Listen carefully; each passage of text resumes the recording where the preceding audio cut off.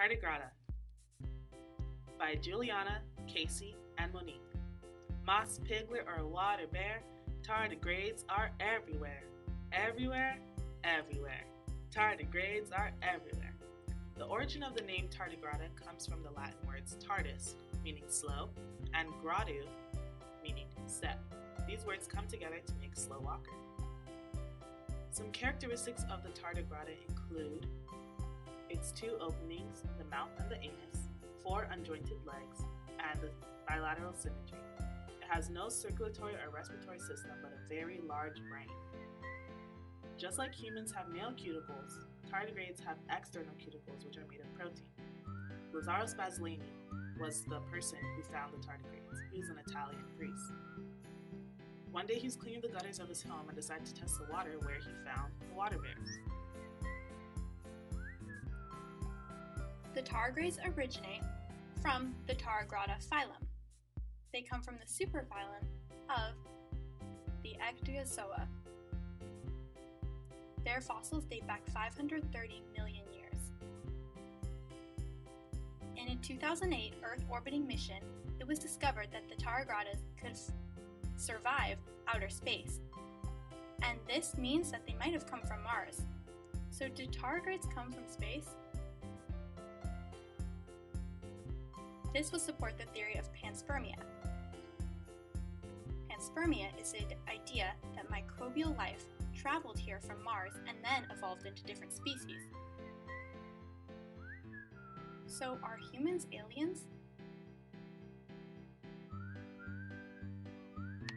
Two different phylogenetic trees were constructed from the phylum studied in class as well as the Tardigrada phylum. One is constructed from morphological characteristics, and the other is DNA sequences. Thus, there are some differences. For example, the Arthropoda and the Mollusca are switched, as well as the Echinodermata and the Annelida. There are also discrepancies in which species are sister taxon between the two trees. Characteristics causing these differences could include things such as locomotion or sight.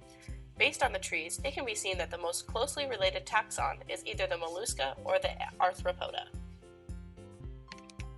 This phylogenetic tree was found from literature, and as you can see, the Arthropoda and the Tardigrada phylums are the same as the ones above. This phylogenetic tree is based off of brain structures of each phylum and animals in it. The trees above were based off of characteristics and DNA. So this is why the three trees are different. Tardigrades migrate by wind convection. Due to their small size, they can be easily blown off different surfaces and land into their habitats.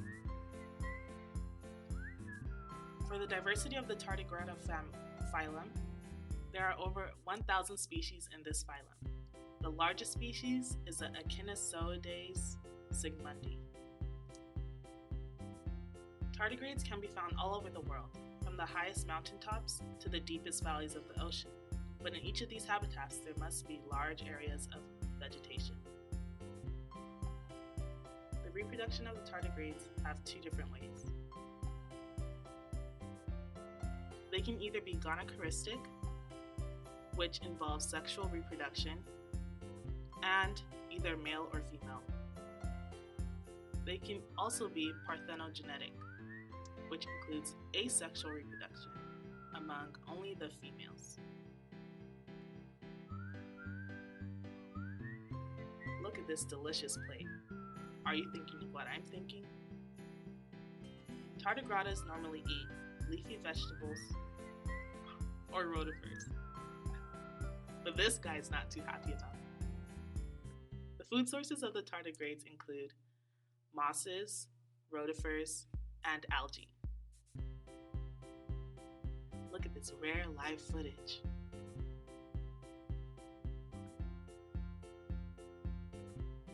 Amazing. The lifespan of the tardigradas are very interesting. They start off eutelic, which means they only have the same amount of cells in their body as they grow up. At the end of their lifespan, they still end up with the same 40,000 cells. Want to know something cool? Tardigrades can rise from the dead, or so you think. They perform this action, which is called tune. Sounds like tune if you ask me. Their metabolism can stop at any rate, which normally leads to death for any other organism, but not the tardigrades. They can turn their metabolism back on and continue doing their normal body functions.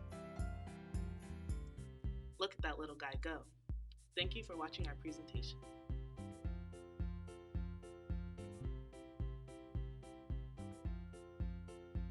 Literature research by Juliana Kadama, Phylogenetic Trees by Casey Smith, background info by Monique Monet, and photos by Video